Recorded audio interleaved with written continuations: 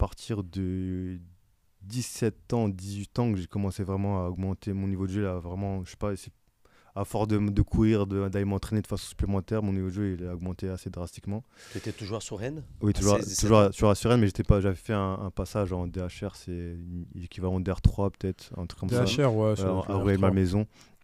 Je suis vite revenu à Suresnes. Et à ce moment-là, je me suis dit, bon, là, j'avoue que tu sais quand t'es bon, tu vois. Au bout d'un moment, tu sais quand t'es au-dessus du lot, quand t'es chaud. Donc, ce que moi, j'ai fait, on n'avait pas Internet, nous, à la maison. C'était une lettre manuscrite, j'envoyais au centre de formation. Et bizarrement, il répondait, tu vois. ça répondait. Et pourtant, voilà, je sortais d'un club d'excellence. Ouais. En plus, excellence, c'est départemental, hein, c'est même pas régional. Ouais. Mais à ce moment-là, c'était entre deux. À ce moment-là, c'était entre deux. Et du coup, je me rappelle, j'envoie mon CV à Châteauroux. Donc, Châteauroux, ils acceptent direct. J'ai à Châteauroux. Je suis pas étonné. Hein. Ouais. Châteauroux, ils aiment bien les grands, costauds et tout. Hein. Mais du coup, je suis parti. Je suis parti, etc. Et ce qui s'est passé, c'est que je suis tombé. Attends, j'ai oublié son prénom. Frédéric Zago. Fred Zago, je l'ai eu. Directeur. C'était mon directeur de centre de formation à Valenciennes. Oui, je l'ai eu. Frédéric Zago. Je les cite encore. David le frappeur, tout ça et tout. Je te les cite. Ah ouais, j'ai une bonne mémoire. En fait, c'est pour ça que tu m'as dit Frédéric. En fait, franchement, au test, j'ai fait le premier tour. Les premiers tours, franchement, j'étais bon. T'en as même qui me demandaient comment ça se fait que t'as pas été pris. Et j'arrive dans son bureau, je m'en rappellerai toujours. C'est pour ça que je dis toujours aux jeunes. Après, j'ai eu un autre chemin par la suite, mais c'est pour ça que je dis toujours aux jeunes. Et quand on vous dit, si on vous dit arrête le foot, t'as pas de niveau, ça sort de l'autre côté. Surtout si tu sais vraiment que tu as un potentiel à exploiter. J'arrive dans son bureau, il me dit le foot, c'est pas fait pour toi. Tu peux t'arrêter là. Tu vois, Fred. Là, je t'appelle Fred, je t'appelle même pas monsieur. Regarde le mal que tu nous fais. Lui, il m'a viré à Valenciennes. Hein. Ah ouais. Mais quoi après, je signe à l'OM. Il était comme ça. Comment t'as fait? Regarde, il dit arrête le foot. Mais il connaît pas beaucoup le foot, lui. T'imagines, tu dis un jeune. Tu avais quel âge? 17 ans, tu dis quelqu'un arrête le foot, c'est pas fait pour toi. Ouais, mais ce qui se passe. Mais t'es qui, tu vois? Ce qui se passe, c'est que dans la foulée, la ACBB, c'était ACBB. Non, c'était top club. Non, à ce moment-là, c'était ACBB. T'as vu pour rentrer. L'équipe première, c'était en N2, un truc comme ça, non? Non, elle n'était pas encore en N2, c'était en DSR, mais les jeunes, ça signait beaucoup. Il y avait beaucoup. Oui, c'était une grosse période de la CBB à ce moment-là. Ça sort bien, la CBB. C'était une usine. Mais maintenant, voilà. Ça sort des joueurs encore. Ouais, beaucoup. Ouais, mais c'est pas le must. Désolé, je suis direct. Et du coup, ce qui s'est passé... On connaît bien la CBB ici. Hein. Mais moi, je connais bien, t'inquiète pas. Et du coup, ce qui se passe, c'est que... Par contre, j'ai un pote qui me dit « Souley, viens à la CBB. On sait que t'es bon, viens avec nous. » J'étais en excellence. Donc, c'est comme si tu disais, je passe de Div 1 à R1. Ou à peu près nationaux, tu vois. À ce moment-là, on était quasiment à ce niveau-là. En plus, j'étais pas avec ma catégorie, j'étais avec les plus grands. Ah oui. Ouais. Donc surclasse. J'arrive, j'ai pas de détection, j'ai pas les 50 000 tours qu'ils faisaient. Tu vas directement avec l'équipe. J'ai des détections ACBB. C'était énorme. Mais à ce moment-là, c'était énorme, c'était incroyable. Comme je te dis, pour avoir sa place, fallait cravacher. Hein. Il y avait 4-5 tours avant que en fait ils épurent tout le monde, après qu'ils gardent les meilleurs joueurs. Mais moi, comme je sortais de Châteauroux, je suis arrivé, il m'a dit bon, je vais tester avec les 89, et j'étais trop fort. Comme je m'entraînais beaucoup physiquement, en fait, faut pas oublier sur la partie physique. Après, faut avoir une certaine base technique quand même. Mais si physiquement tu es très affûté et que tu combles et tu vois tout rapidement. Tu es à 90, toi? Ouais. Ok. Et tu vois tout rapidement. En fait, le rythme du jeu, il est relativement lent. Donc, comme j'avais l'habitude de m'entraîner de façon très intense, anticipation, doit aller chercher le ballon là-bas, je reviens, je fais la passe, je repars. Et bien forcément, au bout d'un moment, j'étais habitué à une intensité beaucoup plus élevée que ce qu'ils avaient. Donc, en fait, techniquement, j'étais à l'aise quand je suis arrivé sur les détections. Et enfin, c'était pas la détection, avec les 89, j'étais très à l'aise. Aucun problème. Il y avait pas...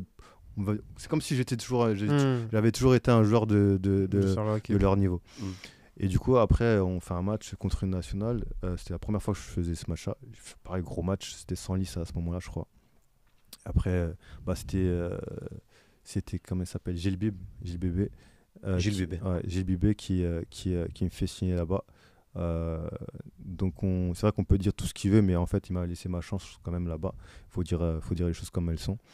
Et après directement je suis appelé par Stéphane Keshi, c'était l'ancien sélectionneur du Nigeria qui est décédé, paix à son âme. Donc il est décédé et c'était aussi devenu le sélectionneur de l'équipe nationale du Mali, l'équipe A. Moi j'avais 17-18 ans, donc ça veut dire il m'appelle. Ah oui, pour l'équipe de Mali. Ouais, l'équipe première. Oui, je termine. Du coup, j'envoie un message, on me redirige vers lui. Je suis invité dans le tas, il y avait les Mamadou Diarra, Sédou Keita, donc les gros joueurs maliens. Kanouté. Vraiment les gros joueurs, Barcelone, Real. Ouais. Forcément, moi, on me disait, il y a 3 mois... En plus, tu ressembles un peu à Mamadou. À l'époque là, je mettais les petits bracelets bleu, blanc, rouge. Et j'avais défrisé mes cheveux. Vraiment. Je te jure, tu sais que tout à l'heure, quand je t'avais vu, j'ai mis lui là, tu ressembles. On t'a jamais dit, t'as un petit air de Mamadou. Si, en plus, je jouais mes terrains à ce moment-là. Je jouais mes terrains. Et du coup, ce qui s'est passé, c'est que 3 mois avant, on me dit, il y a ci, il y a ça. Chine c'est pas pour toi. Chine à ses bébés. Je suis appelé par. Après, il y avait le sélectionneur de l'équipe A. Il me dit, t'as un très bon profil, etc. On va te reverser pour la CAN. Il y a la Coupe d'Afrique 2009. Tu vas te faire partie des présélectionnés, on va te faire venir. Je pars à la CAN. Je pars à la préparation de la CAN. Franchement, premier jour, je crois que je revenais d'une blessure en plus de base. Et c'est là que je vois que la préparation physique a été totalement différente avant qu'aujourd'hui. Enfin, quoique. Ça dépend des clubs. Parce que tu as des clubs qui ne sont pas de prépa. Et même les prépas qui sont en place, ils ne connaissent pas trop cette méthode-là. Mais il y a des méthodes très simples qui te permettent de ne pas te péter au niveau des ischios, sauf si le joueur il fait la fiesta ou s'il y a des problèmes de fatigue, etc. D'ailleurs, c'est très très simple. Tu ne te pètes pas au niveau des ischios. Tu es sûr de faire quasiment une saison complète sans pépin. Pour le moment, depuis que j'ai commencé, c'est très très rare. J'ai dû avoir un joueur, mais c'est parce qu'il n'avait pas dormi de la nuit. Voilà. Mais à part ça, aucun pépin au niveau des ischios. Aucun souci. Et moi, j'en avais eu un du coup à la CBB, mais c'était une petite élongation, rien de fou. Donc j'arrive en sélection. Forcément, j'arrive avec des juniors, mais on sait très bien comment c'est en Afrique. Donc voilà. Donc, ouais. Niveau gabarit, voilà. Pourquoi? Qu'est-ce qu'il y a? C'était costaud. C'était costaud, c'était des adultes, quoi. C'était costaud. Junior plus. C'était plus. Ouais. Junior plus. Et j'étais avec la génération Sambasso qui jouait à Lens. Milieu de terrain également. Il a fait une belle carrière, parti en Russie et tout. Après. Et maintenant, je crois qu'il est agent d'ailleurs. Et du coup, ce qui se passe, c'est que premier entraînement, comme moi, je viens de France, vous connaissez un peu, c'est... T'as l'étiquette l'européen. Carlos, je sais pas si tu connais, mais t'as l'étiquette du français. T'as pas l'étiquette du malien. Pour eux, t'es pas malien, t'es français. Pour eux, t'es pas malien. Et ce qui se passait, c'est que... Il y a beaucoup ça quand même. Dans les sélections en France. En Afrique. Ouais, quand même. Malheureusement, nous, c'est toujours un peu présent. Samir nous a parlé de ça au podcast. Par contre, ce qui se passe, c'est que... Il n'a pas trouvé sa place là-bas. Il y avait des groupes. Oui, mais regarde. Il était toujours pas ça va isolé, dépendre, quoi. Ça va dépendre de ton caractère. Moi, ce qui s'est passé, aussi. c'est que je suis quelqu'un de très directif. Donc, en plus, j'aime bien diriger ma défense. Je donne les directives pour chaque joueur. Oui, parce que tu n'as pas dit. Parenthèse, tu es défenseur? Ouais. J'ai joué un peu tous les postes. J'ai commencé ailier droit, ailier gauche, attaquant également. Donc, ce niveau technique de base, c'était bien. Après, je suis passé milieu de terrain. Après, j'ai fait je crois qu'il y avait une exclusion d'un des défenseurs centrales. Il était grand, il prenait toute la tête. On m'a reculé derrière. Ils ont vu que j'étais très solide. On m'a laissé sur ça. Après, par moment, il y a eu... Quand j'étais dans le sud, à l'Escos, à ce moment-là, j'étais en CFA2, si je ne me trompe pas. Quand j'ai commencé là-bas, j'ai joué beaucoup plus haut, 8, 10. Oui, tu as fait tous les postes. Ouais, j'ai joué. En fait, c'est pour ça que quand je te parlais de tactique tout à l'heure, comme j'ai fait à peu près. Tu un peu pas à tous les postes, c'est-à-dire que tu as une vision un peu plus globale. Tu es arrivé aussi de dire gère, sors. Genre gardien. J'ai joué gardien. En plus, Poussin, effectivement, j'ai le gardien. Ah oui, gardien aussi. Ouais, bon, Poussin. J'ai fait tous les postes. Mais à partir, je me suis assez stabilisé, mais je pouvais jouer un peu plus haut. Et ce qui se passe, c'est que premier jour, avec la chaleur, c'était compliqué. Ah bah oui. Et en fait, habitué pour les Français. Oui. Je pense que les Africains. J'avais l'habitude de la chaleur de base, mais l'air ambiant, c'était à Kabbalah, le centre d'entraînement de l'équipe nationale. C'était au Mali? Ouais, au Mali. Ouais. C'est comment la chaleur là-bas? C'est sec? Il fait super chaud. C'est humide ou sec? C'est sec? En fait, l'air, elle n'a pas la même. C'est pas la même sensation. Elle n'est pas aussi agréable que l'air. Agréable. Tous mes amis qui ont joué au Mali, à Bamako, ils m'ont dit c'est trop comment il fait chaud là-bas. Ouais. Mais tous, ils m'ont dit c'est abusé. Là, quand tu respires l'air en France, tu dis l'air, je respire de l'air. Mais quand tu arrives là-bas, il n'y a pas d'air. Si, il y a de l'air, mais c'est de l'air mélangé, tu vois. C'est de l'air. Je vois. L'air chimique, tu vois, bizarre. Elle n'est pas propre. Je pense aussi le fait qu'il y a du désert. Comment est cet air-là? Explique cet air-là. Ah, mais en tout cas, c'était compliqué de s'adapter au départ. Sur le premier jour, les 2 premiers jours. En plus, moi, j'étais à court parce que j'avais été blessé. J'ai commencé à faire les entraînements. Après, il y avait un match contre une Ligue 1 à Kabbalah. Ouais. Et à ce moment-là, en fait, on mettait beaucoup de côté. C'est-à-dire qu'il y avait du travail, par exemple, de finition. On ne m'appelait pas, on mettait de côté. Dans ma tête, Tu faisais un travail ou vraiment Non, on met de côté. Comme je te dis, on met de côté, c'est au revoir.